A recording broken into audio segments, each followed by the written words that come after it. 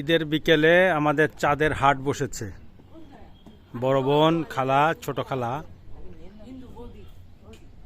আমার সহধর্মিণী, আমার ছেলে, আমার পাঙ্কু মেয়ে,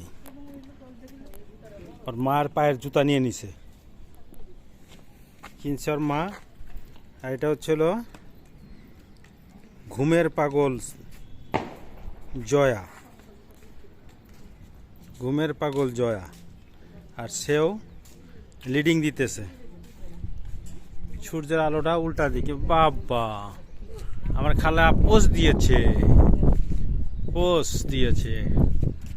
ড্রাগন ফ্রুটের গাছ, ড্রাগন ফ্রুট কাত হয়ে গেছে। ওহ, খুব সুন্দর বাতাস।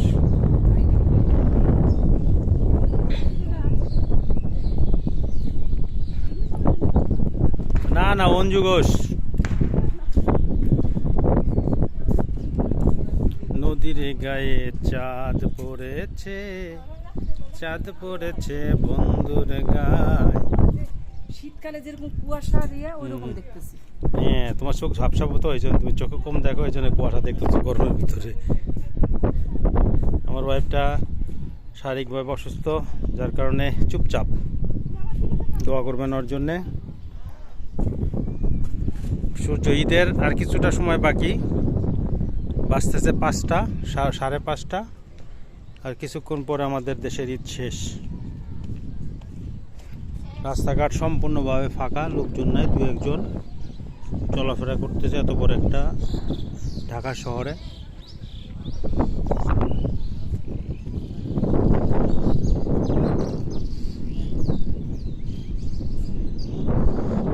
নামাজ পড়লাম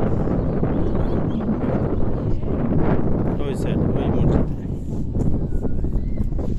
বাবা, জয়া জয়া।